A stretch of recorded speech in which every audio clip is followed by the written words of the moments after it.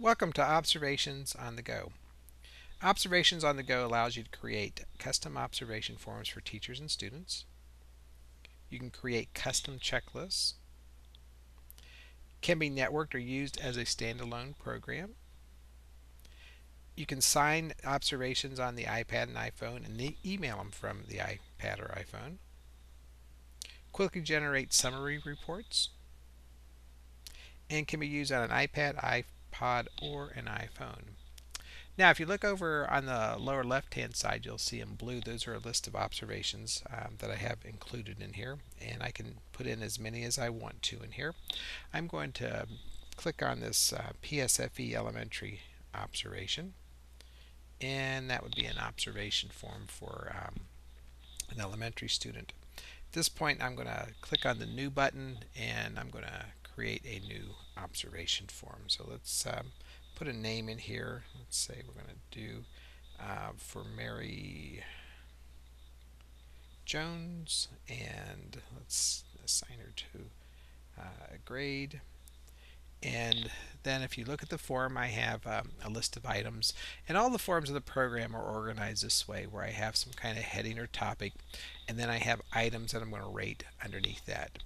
And on this form, I happen to have 5 checkboxes that I've set up ahead of time, ranging from always to never. You can vary that between 1 to 5 checkboxes. And what I would do through this observation then is just basically touch the checkbox that I want during that observation. Also up here at the top, I could hit the start button, and that will start a timer. So when I started doing this observation, I can also do frequency counts with this, and you'll see a little faint gray plus sign just to the left of the checkboxes.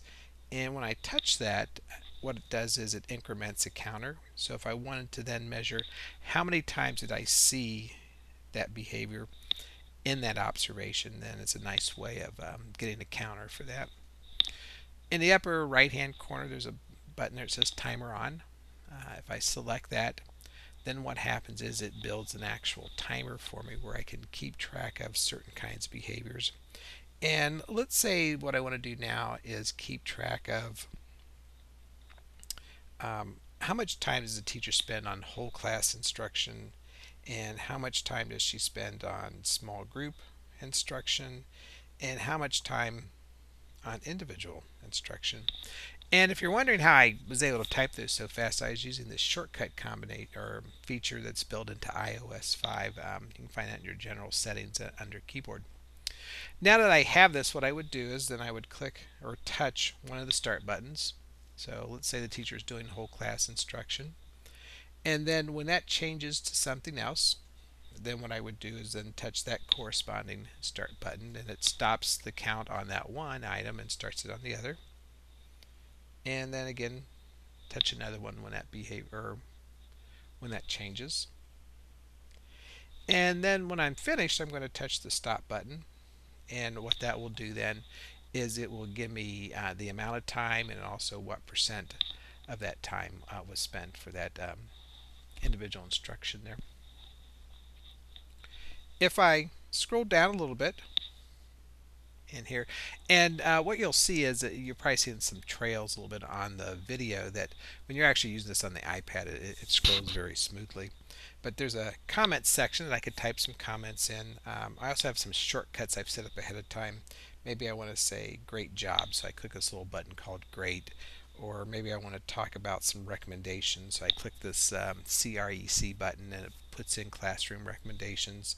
And then below that, I could have some preset recommendations that I might want to use. And then when I click this little button here, it will then transfer those recommendations into the box up there. And I can store up to 60 items that I might want to insert into that box. And then down here at the bottom, these are those little those little buttons that I clicked. One was first, last, full, CREC, and then great. And then to the right of that, I just type in what do I want to go in that comments box when I touch that button. What I'm trying to do is set it up as much as I can where you don't have to do much typing. on the iPad. There's also an option here when I click on the little camera that it takes me to a spot where I can use the built-in camera to take a picture. Maybe there's a good wall display or some rules or something posted on the wall. It allows me to store that. And then at the end, what I'm going to do is I'm going to touch this signature line, and I have an option that says get signature, and that will then allow me to put my signature in. And now what I can do, I'm finished with my observation. I'm going to touch the PDF button in the upper right hand corner, and we're going to say I could view the PDF. That's one option I could do. Or let's touch the PDF again, and this time I'm going to say I want to email it.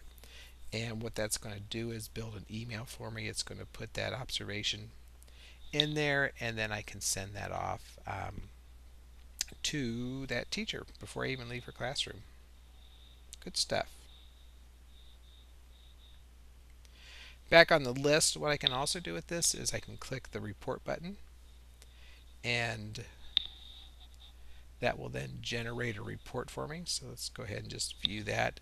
And what it does is it summarizes all my teachers on how they did on those observations. So I can see across 4 observations how everybody did as a group.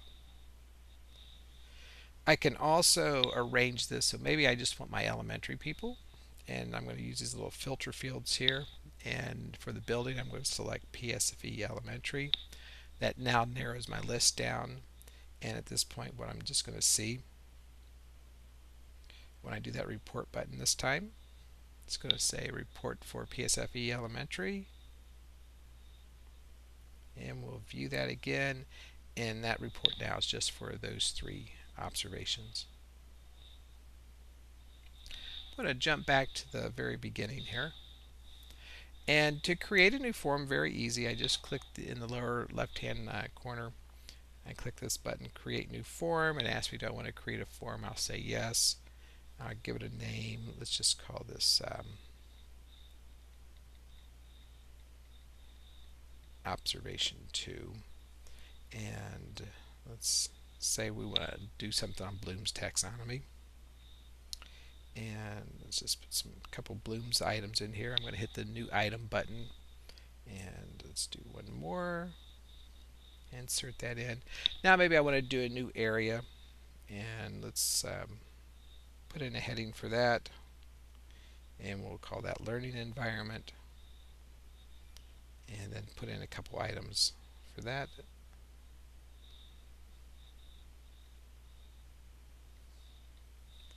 And maybe we'll do one more area here.